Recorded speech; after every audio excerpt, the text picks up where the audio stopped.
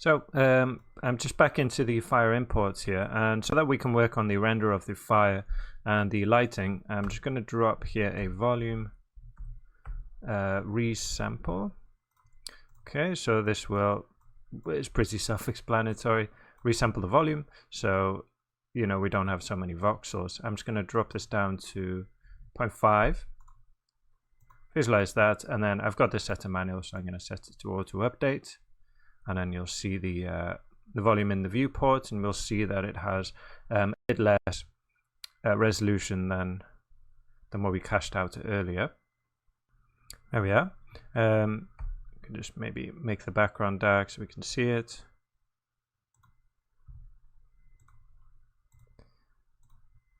There we go. And we can see if I press the information here. We've got 25 million voxels there, and up here we've got 203. Okay, so it's quite, it's a lot less, but it'll be a lot more interactive. So yeah, I want to look at rendering this now. I'm going to add a material first of all. So let's just go ahead and drop that material. I'm going to hide that. Just go into our matte context and make a Redshift material. No, Redshift material builder, I think I can use for this. So Redshift material builder. Okay, and then dive inside here and drop, remove this and drop a volume, RS volume, connect that up to the volume there. Okay. And then we'll call this fire. We'll obviously come back and configure those, the values in a moment. There we go. So that's applied there. Yeah, it doesn't matter if we do it out here because we've only got the fire. We're only rendering the fire from here. Let's view that. So we also need a Redshift, the Redshift ROPs, these outputs. Let me just try and make this a bit more efficient. So let's make this half resolution, which is probably set to HD on the camera render there. And then samples are fine. There's no global illumination for the moment, so it should be pretty fast. Let's I think we can take a look at that now. So let's go into our, let's find a Redshift render view. Good, and just hit a render on that.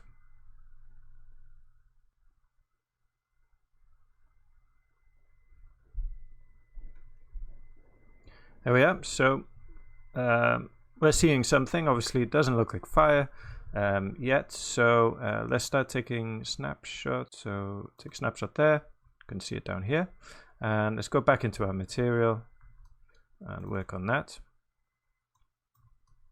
So first things first, let's get it kind of looking like fire.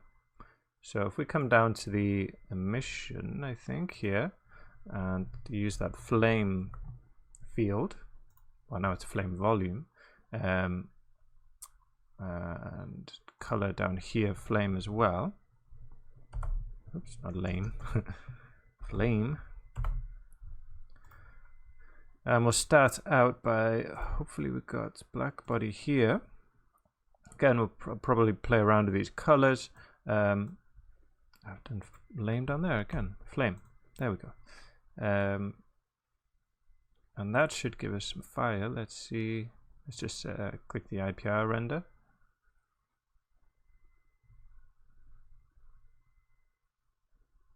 There we go. So again, yeah, doesn't look fantastic, but we're seeing smoke and fire separately. Let's grab another snapshot of that. Great. Okay, so what we can also, if we come into the advanced tab here, is play around with the values coming in. Okay, so kind of push the density of the smoke in here. We can do that. Also the same with the fire. So the the intensity of the fire. So I'm going to push up the fire substantially. Set this to 10 here. So it's way brighter. Okay. And then come back into the colors here.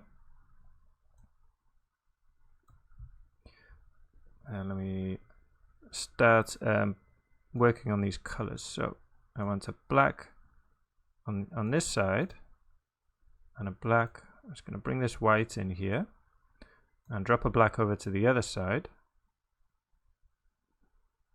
There we go. So you see what that's doing? It's kind of clipping off the end there. So now we're starting to get some nice details. Okay. I'm going to bring this in. I don't like this kind of harsh red. And maybe I can, if you just click, anywhere along here, you can grab the color. So that's one way of getting some interesting colors. Kind of get more of an orange. So I'm going to delete this one. Bring this one over. This yellow, I'm going to get a bit of a less kind of saturated one. Maybe here. Delete that. Okay. Bring that over. And then bring this yellow over as well.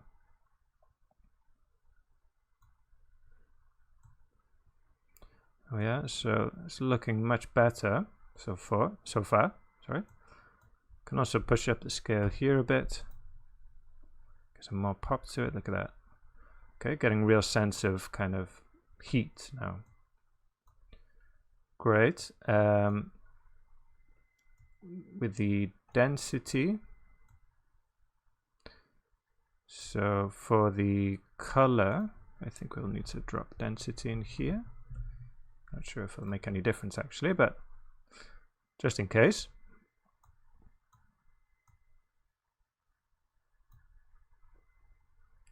So with the absorption coefficient and scatter coefficient, that will affect the brightness of the density, okay, and how the light kind of passes through, whether it reflects back towards the source of light or passes through.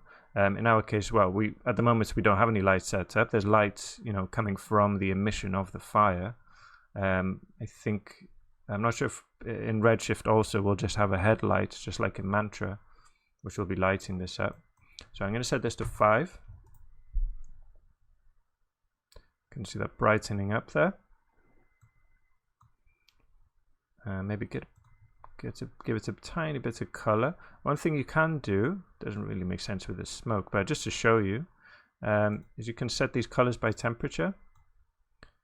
Okay, so you can see these lower temperatures give you these oranges, and then the higher temperatures give you blues. It's a nice way, for setting lights I often do this.